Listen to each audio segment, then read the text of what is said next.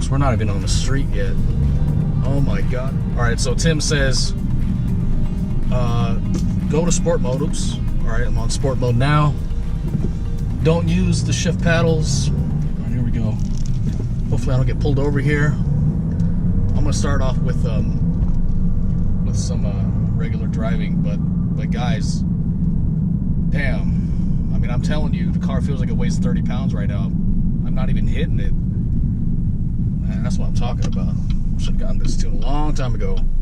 Bit of a dilemma here because I'm not on even ground, and I'm close to, what, 8,000 feet above sea level. I live on the high side of Las Vegas here. And, yeah, so the oxygen level is a little different. But at any rate, the car feels like it's so damn powerful right now. I wonder what horsepower range I'm at. But again, I'm just gonna do a little bit of regular driving here. Man, guys, this is just the conservative tune. This is not even the modified version of the scan. So he's gonna take a look at this scan, and he's gonna put in a better edit of this tune. You know, this street is a little bit more safer because it's less traffic, as you can see. Here we go. We got a little bit of a straightaway. I'm gonna hit the gas here a little bit. I'm gonna slow down a little bit. So I'm at 30. We'll go to the floor. Ready?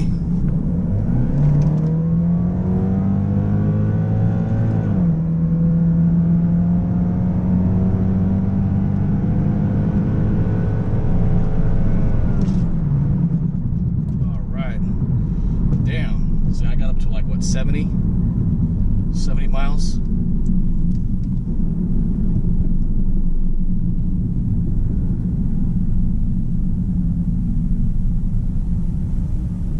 Damn, I just washed the car.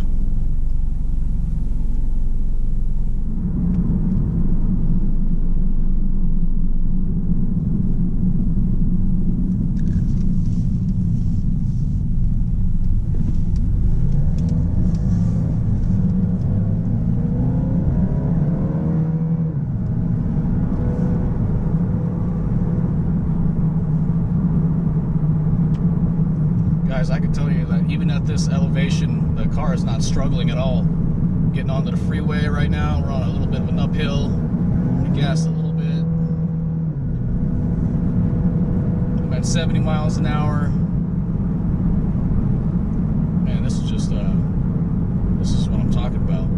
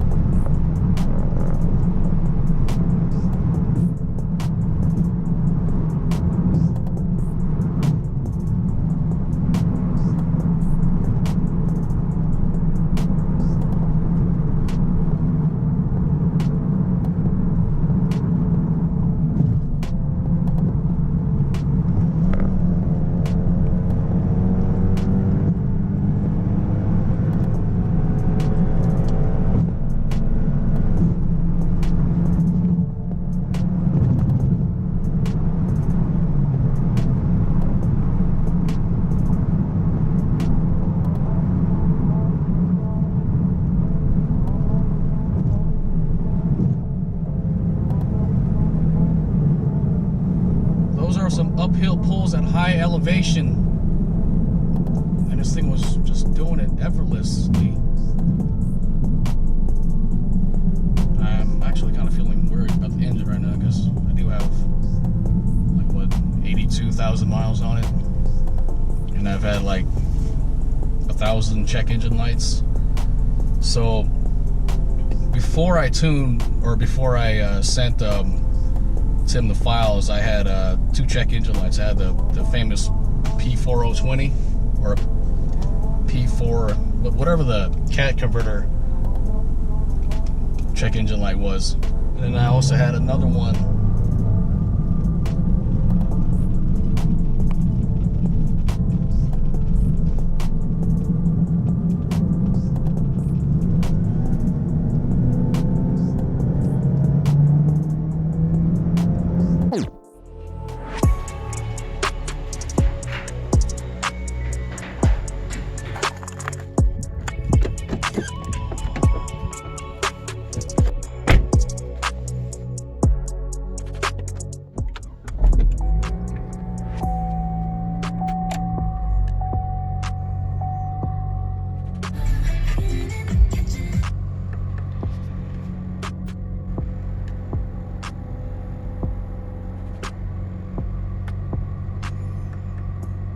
What up, everybody? I'm back. I just finished a tune. I rented their interface and their laptop, ZZP, and Turbo Tim did the tune for me. It's been a couple days now, and the car has been running cooler and smoother and more powerful. And it's about 3 in the morning now. This is my graveyard life. That's why I do a lot of my videos at night, sleep during the day. And this is a cold start. And I'm about to go for a little drive and take you on a little history tour of all of the problems that I've had and all the problems that I fixed. Alright, so first off, so the tune is done. Alright, it took me 2 tunes. The first tune that he sent me, oh my god, the car ran like it was 30 pounds, as I called it. And then I sent him a data log, and then he wrote a more precision tune, and I wrote that onto the car, and that was the end of it. And I sent back, I was going to keep the interface and send back the laptop, but I just went ahead and I'll just buy my own later on if I need to. But so everything looked good. I looked at the logs myself. I finally saw that I didn't have any leaks or anything, or at least the short-term fuel trim was always at 0 or close to 0, and it was all good, as well as the long term. So that's good. But so that's done. Okay, the car runs excellent. I haven't done a 0 to 60 yet, but maybe I'll do one right now in a little bit when the car is a little bit warmer. Actually, it's pretty much set. We're set to go. Oil is at 220. It's usually at 230 for operating, and coolant temperature almost at 200. It's cruising, usually cruising at 180 to 190. So yeah, we're good. But let me just say a couple more things there. Before I got the tune, the last thing that I did to the car was I had to replace the valve cover gasket because the spark plug rubber seal gasket went out. One day I pulled my spark plug out and it was just soaked in oil, so I knew it was done. And that also explains why every time I shut the engine off, the coolant would boil, would literally bubble up in the reservoir tank, in the reserve tank. I had a buddy of mine who's a manager at Pep Boys. He helped me out there. I couldn't have done it without him. So thanks for Troy to that. So after that, oh man, the car ran like brand new again. And I know I've said in my last video, every time I do something to the car, it just keeps running better and better. Well, this one really did it. I had better compression, no more leaks, and the car was running like excellent. And because it was doing that, it was getting true reading, it was getting good readings now with the air and everything. So all these other lights started popping up. I had all kinds of lights that popped up. So I had a check engine light for the fuel regulator, pressure regulator sensor, that was going out. I reset that because shit, I had to get under the intake manifold. I wasn't gonna mess with that, so I had to reset it, and it came back a few times. And after I reset it the second time, it never came back. And then I had the famous PO420, the catalytic converter. I reset that a few times, and it stopped coming back. And then I had a rich, I had a lean, and then I had a rich. I think the lean was before. Yeah, obviously the lean was before the gasket swap. But after that, I had a rich. The last code that I got was a rich code, bank 1, and catalytic converter, something to do with catalytic converter. So I cleared that once, and then that's when I did the tune, and I let Tim know that, look, I got this code and I got that code. I just went and cleared it all. I had no check engine lights during the tune, and it's been, what, 3 days now, and I haven't gotten a single code. Car's running fine. Oh, and another thing I wanted to mention too, on low RPMs, I get this rattle with the flutter. It's not a crazy rattle. It kind of sounds cool, but I never heard this rattle. It's kind of like a flutter rattle, not like something's about to break type of rattle, but more like a conservative rattle. Let me see if I can get it to go here. Pretty good.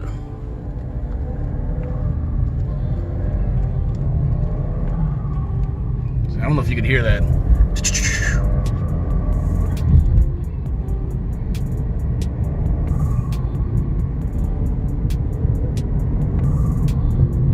Hear that?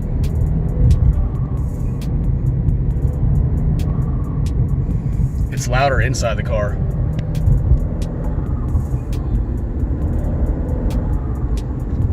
Yeah, I don't know if you could hear that, but I've done it multiple times now. I let Tim know that it was making this sound, and he wasn't aware. He said he didn't know LTG turbos can make that kind of noise, and so it's got to be something else. It couldn't be the turbo. I told him if I need a new turbo, I'll just get it. You know. I know people are probably wondering. I was like, dude, why would you get all these bolt-ons but like not get an intercooler? See, I got the downpipe, I got the throttle body, and I got the intake tube, but no intercooler. Well, let me remind you that, you know, I'm not racing the car. I really don't race the car much. I really use this car basically for going to work, going home. My wife will use it for groceries and stuff like that. So, and I'm doing this all for the drivability experience. So of course I'll run into a few you know, bullies out there that want to call me out, and I'll win some and I'll lose some, you know, whatever. But I do this for the drivability experience, and it feels good. It's like good therapy. I mentioned that before. So I'm not going to go all crazy. I got the money to do that. Hell, I got the money to do all kinds of serious upgrades if I wanted to, but it's just not what I would want to spend that money for. If I needed to spend $10,000 right now, I can do it. I got loose cash hanging around for that. But, you know, given these days, given this day and time, and me being the only income in the house, you know, I got a wife, 2 kids. My wife doesn't work right now. I got to be very conservative with my money and how I use it. So if anything does happen, you know, that'll be like 10 months of mortgage payment.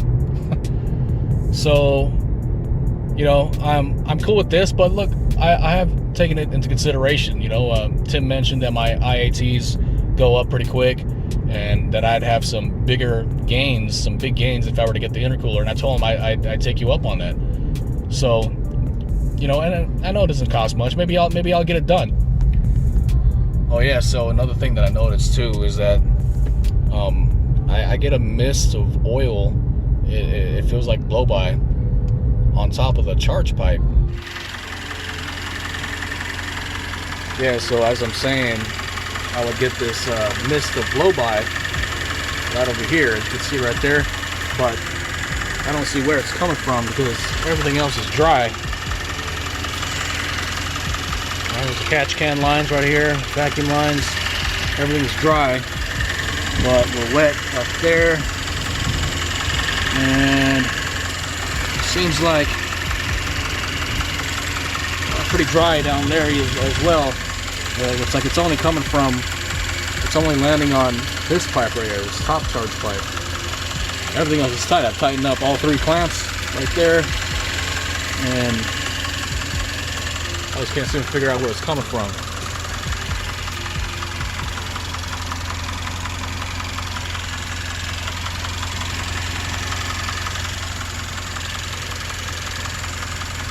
Yeah, so if you guys have any information about this, you figure out where it's coming from, just let me know, please. I appreciate that. Let's see, figure out what I've tightened up that bolt right there too in the back where the sensor is at. This guy right there, I've tightened all of that. So yeah, that's a little weird. So everything else is tight, everything else is dry. But it doesn't seem to be a big deal right now. So I just wiped it a couple days ago, and here we are again. So please comment down below. Appreciate you watching. Subscribe to the channel. Again, thanks for watching. Appreciate you, and see you on the next one. All right, here we go. No cars, clear. Take it to, say what? There we go.